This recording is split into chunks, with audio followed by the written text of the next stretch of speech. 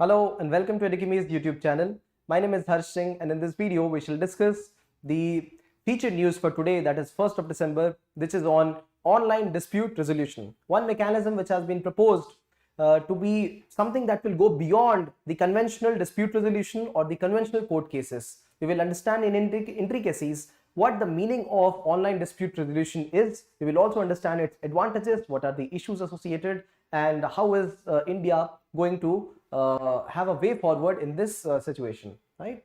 So before that, welcome to all the participants here. Hi Netra, hello Amlan, hi Sam, hi Ashish, good evening to all of you. Good evening Kriti, hi Svejal. Sam asks me whether I am from Punjab or not. What makes you think I'm from Punjab? My surname? All right. I was born in Punjab, but I am not from Punjab. I was definitely born there. And how you could figure that out, I don't know. Good evening, Raj Sekharan. Happy evening. Happy evening to you as well. Feature news for today is on online dispute resolution. Now, the conventional form of dispute resolution that was mentioned in Niti Ayog's report itself. Now, these reports are very lengthy reports. What we try to do is summarize it for you. The question will not be on Niti Ayog's report. The question will be on your understanding, a general understanding of dispute resolution technologies, the techniques available, what is more advanced that Niti is, it is proposing, and just some awareness. This is what your answer should be about, and this is where we simplify in our report articles, our featured articles. So dispute resolution, traditional dispute resolution is through courts. We resolve the disputes very well. This is a beautiful image that we picked from there. The second one is alternate dispute redressal. That means there are ways in which we do not have to go to courts. We can go to alternate dispute redressal settlement mechanisms. So in that we go for settlement and we contain the dispute itself. So while courts may elongate the cases, we saw that in the number of cases that Supreme Court, High Court and junior courts, smaller courts have in pending. Alternate dispute resolution is a faster mechanism. It is also based on international laws, international principles. The mediation could also be done. A neutral party could also be an international agency, and therefore this contains the damage to both the parties sooner than later. So this is a good mechanism, but this is only to contain the dispute which has already happened. And a newer mechanism, online dispute redressal, this goes beyond alternate dispute redressal. See the range to which it covers. It not only involves in dispute resolution, this will also enable in containment of dispute if it has not been moved to the court, and this can also help to promote legal health or avoiding of the dispute altogether, because online has a wider outreach. Very simple concept, but it might confuse people in case they are not aware about these kind of terms. So this is a 4-layer model for access to justice: resolution of dispute, and then containment, avoidance and promotion of health, right? Dispute, legal health, promotion. So these are the 4 things. Hi Anmol, good evening. So these are the mechanisms under which we can resolve disputes, and we have been hearing of terms like arbitration and mediation. What are this? So these are the ways in which alternate dispute redressal happens. Alternate dispute redressal happens. Mediation, as the name itself suggests, somebody is in the middle. Somebody is in the middle and they are trying to reach middle grounds also. Middle grounds. So while there are two parties, A and B, they do not converge at an issue. They, for example, A says A has to, some money which A demands from B because A had lent to B. Suppose they had lent 1 lakh rupees. And B is now bankrupt. B says, I don't have anything to give. Then party who is mediating will say, all right, give them 50,000 rupees, 50,000. So they will come to a middle ground. Both of them will, stretch their limits, and then they will come to a middle ground and then accept the party's arrangement. This is mediation. And then what is arbitration? Now this is where a neutral third party will try to resolve the dispute, and it might give the verdict in favor of A or in favor of B, right? But both the parties will have to adhere to this new judgment, right? So there are many arbitrating agencies, international agencies, which are going to increase the arbitration process. This will increase the number of litigant and case solving as far as cases against the government are considered. Now you will be very surprised to know that many of the cases, I'm forgetting that statistics, I think it is 1/3 or 2/3 1/3 or 2/3 of the civil cases, civil litigations, they are filed against the government itself, be it land, taxation, revenue rights, all of them. So government is one of the parties in many litigations. That is the point which has to be conveyed. And this is where online dispute resolution can play its great part. Niti Ayog also has suggested the possibility of using online dispute resolution. So as we understand, what is the meaning of online dispute resolution? We are just using the information communication technology to resolve these disputes. We are also using this technology to promote the legal health awareness in all parts of the country. Now, we can divide the country in urban areas and rural areas. Now, rural areas are the areas which need more awareness on these measures, because availability, outreach, and access to online mechanisms is few. In fact, rural areas do not even have access to the traditional dispute resolution. So these are the areas of focus. The other thing to consider is the impact of COVID. During COVID times, courts also remained out of the, they were not functional. Only the urgent cases were taken up by the courts. And therefore, online dispute resolution, this is one new technique because of which the justice can be delivered on time. So there are three kind of agencies which can deliver this kind of justice. One is government based, then the other one is court based, and the third one is private based. Government based, consider the kind of tribunals that the government also associates with, right? Armed Forces Tribunals, National Green Tribunal, right? Appellate tribunals for taxation. Many of the tribunals, tens of them, have been created with the aid of government. There have been court annexed ODR platforms. So the court can also have e-court and those kind of mechanisms to address online dispute resolution. And then we have private ODR, international agencies. They're court based in London, they're court based in Singapore. These are international arbitration courts, and they also indulge in expertise of human resources trying to solve these kind of cases internationally, right? Government also has indulged in many of the cases, and they have arbitrated these cases as well and expedited the solution for them, right? So these are the three kind of court. What is the need? The need in the present times is the COVID pandemic. The need is increased number of litigations. Can we reduce them in the beginning itself? Can we spread the legal awareness so that people do not even have to come to courts? Yes, we can do that, and that is what online dispute redressal can do, right? So this is the benefit of using online dispute redressal, right? So while it becomes cost effective to the individual, it also becomes more efficient and timely. Everything is available on the sheets online, transparent to people. All the parties can represent themselves online. People do not have to travel long distances. People do not have to deal with the physical sheets of paper or moving from one corner to the other to be able to get their justice. It can happen in the online space itself. It is convenient and quick. See, there are many cases which are pending for 5 years in the courts, but online dispute resolution can hasten this whole process and make it get solved quicker. This also leads to solving of the cases faster than before, right? So while you might consider smaller cases, there are cases pending in the courts which involve tens of thousands of crores. And if tens of thousands of crore of amount is pending in the courts because of pendency of the case, you can well imagine the kind of interest only this amount will earn for an organization.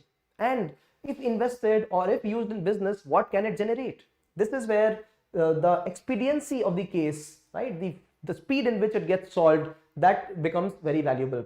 And this is also an important parameter. ODR is a parameter on which India's ease of doing business can be rated upon. How fast the cases, litigations are getting solved in the country, right?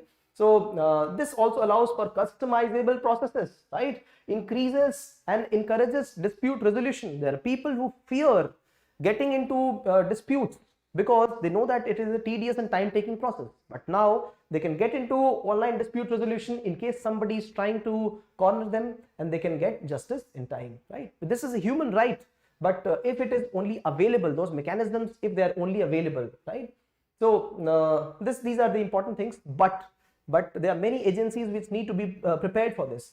First, the infrastructural agencies. Second, the human limitations themselves. And the third, the legal architecture of it, right? So while I talk of infrastructure, when we talk of online or digital mode of architecture, we talk of presence of internet, we talk of fast internet, we talk of internet connectivity amongst all the devices. Is it available? This is the first question. When the internet penetration in India in rural areas is 30%, how are we looking at ODR at rural areas? Good question. Human limitations. Now, as I mentioned in the previous article, the one in which we spoke of in the current affairs, that there are many lawyers themselves, they are speaking of that they are not comfortable with the online platforms, they are not very well aware. These are the human limitations. Awareness of humans is also a limitation while we are speaking of online dispute resolution. And then there are legal challenges also to it. For example, do we have a structure present right now? Right? What will be the court of appeal in case online dispute resolution does not work effectively? What about the neutral parties who are going to administer these cases? Does India have sufficient number of arbiters? No, we don't have that. Right? So there needs to be an expertise into these mechanisms also, which India does not have at present. Right? So while we speak of executive preparedness, right, legislative preparedness, judicial preparedness, there are shortcomings as well, right? So the shortcomings that we spoke of are these: structural challenges, behavioral and operational challenges. Structural challenges, if I highlight to you this part, is digital infrastructure, digital literacy. Now India is also running Saksharta Abhiyan, right, so that people in rural areas get digitally literate, right? So this is called as Pradhan Mantri Gramin Digital Saksharta Abhiyan, right? Now, if you remember the Digital India scheme, it has three important components. I'll repeat again. If you are forgetting, I'll keep repeating till the time you have it in your mind. First is digital infrastructure creation. The second one is digital services, delivering services digitally, right? So Jamprinity, right, giving people their due, for example, online transfers of finances, right, subsidies, giving them online, LPG connections, all those. So these are the services, governance services. And the third one is literacy. And this is where government is trying to incorporate Digital India by making people literate. All right. So these are structural challenges. When we look at behavioral challenges, this is about lack of awareness of the people themselves, right? Not only lack of awareness, what is the role of the government and other parties, right? They have to make them more aware. So behavioral challenges are something that people are not very well aware of, or people would indulge in going to physical courts. So these are the kind of stagnation or inertia that people have. While looking at operational challenges, you look at the kind of concerns like privacy and confidentiality of the particular case. Will it not be available to all the people? It should not be available to other people. It should be only available to the people concerned. So when cases like rape cases are heard online, if anybody makes these kind of cases open, all this, if they can hack the device and make these kind of cases open, because just because it is happening online, this is an offense in itself. So privacy and confidentiality is an important concern. Availability of neutrals. Who are the neutrals? Those parties who are going to administer, because if the government is not administering these kind of cases and court is not, then we have to have private agencies doing this. So do we have this kind of expertise in India? That is the one question. That is one question, right? What is the legal process in the country, right? What about the availability and enforcement of alternate dispute redressal? Because see, we need to have these kind of enabling mechanisms which are legally enforced. So while the neutral party is trying to arbitrate the case in favor of, suppose, A, B will not be happy. They will not be contented. They will be disgruntled. And what if they do not want to follow the award of case in favor of A? So there have to be legal enforcement of the objectives of ODR. Very important here, right? So these are the kind of concerns that we have. So when we look at the way forward, you should look at providing a technology platform for ODR, along with that providing of institutions and neutral parties. See, three important enabling provisions: the neutrals, the platforms, and the institutions. Institution will also cover the legal framework, right? Now along with that, to top it all, will be awareness.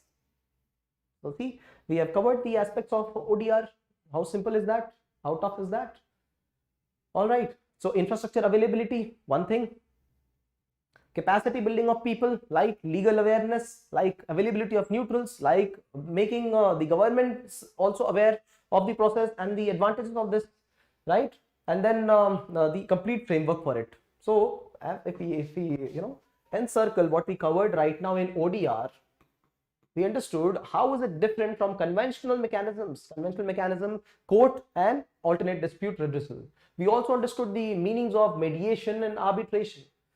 Along with that, we understood what are the advantages of ODR during present times, COVID times, the context of COVID, right?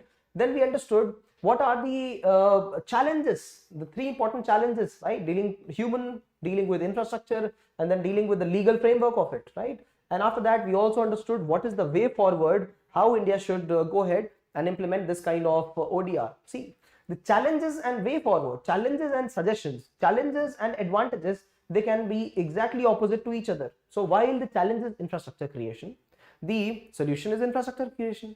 The challenge itself is human awareness or human limitations. The suggestion is to increase capacity of humans.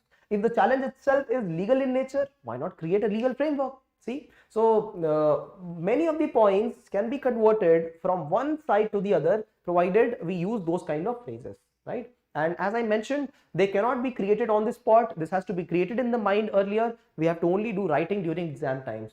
Right now, I'm only orienting towards the exam process. Once you join after completion of say 1.5 years of current affairs and complete information that you have for your subject knowledge optional, then when you go to an exam center or when you participate in any test program, then you will remember me saying that yes, in examination we don't have time to think, we have only got the time to write. What is the time to think? This is right now. You will be able to cover this topic right now, provided you have some facts, you have all these analysis covered in small piece of paper. All right. So the question for today is discuss the benefits and challenges associated with online dispute resolution process. Now, while I showed you that answer on the security measures, the online security measures that I was speaking of, you can look at this question also in the same light. Discuss the benefits and challenges. While benefits becomes one part of the body, challenges also become one part of the body, second part, and then we have to attach a conclusion to it and one introduction before anything, right? So how ODR is different from the other processes, that could become the context, that could become the introduction. And do remember to put a small image, or at least try to ensure that one of the components itself is presented in the form of an image, so that the examiner they feel catchy, they feel there's something catchy written there. Let me just read what's written there. So we have to try to lure the examiner to read our answer, because they will have hundreds of papers to look at. What is different, what makes us a little different, that becomes important. So you can also present this beautiful structure here. See this structure, and this can form a beautiful image in itself, right? The four processes that we speak of: dispute resolution, dispute containment, avoidance, and promotion. Now look at this. Whenever we talk of any legal issue, why not talk of this as an important part of recommendation? Resolution, containment, avoidance of dispute, and legal health promotion. Beautiful. In fact, these can form the part of a body whenever you talk of a legal case, and legal health promotion can form a part of the wisdom, that is conclusion of the answer. It is for you to use the way you want to. There are innumerable ways for a creative person to use the data and the facts that have been mentioned here, right? As it comes to my mind, I keep sharing with you people, but it is for you to ensure that you are using it in the most effective way. Anonymous, good evening and hello to you, right? So this is what we have for today, right? We will meet tomorrow evening. Bless us through your thumbs up, your likes, your comments, shares, and subscribes to this channel. Through this, we will grow, and we will also present better videos with times to come, right? If there are questions, doubts, or concerns, please put them in the comment section. I have already updated the current affairs video, the Gazette video for today with 2 comments. Those comments are the nuclear policy of the country and an important question and international politics around nuclear weapons, right? So I would definitely want you to go through both the videos. Really wonderful. And although there are less number of views, immaterial of that, this will be present for the times to come. And at least the people who are here, they should be regular watchers. They should be looking at those videos. Very wonderful. Prepare notes. All right. Thank you, Amlan. Thank you, Anonymous. Thank you, Kriti. Thank you, Sam. Thank you, all of you. Right? I will see you tomorrow evening at 6 p.m. for the Current Affairs Gazette video. Thank you, Netra. Important, try attempting this question. Right? All right. Thank you. Good evening. Bye-bye.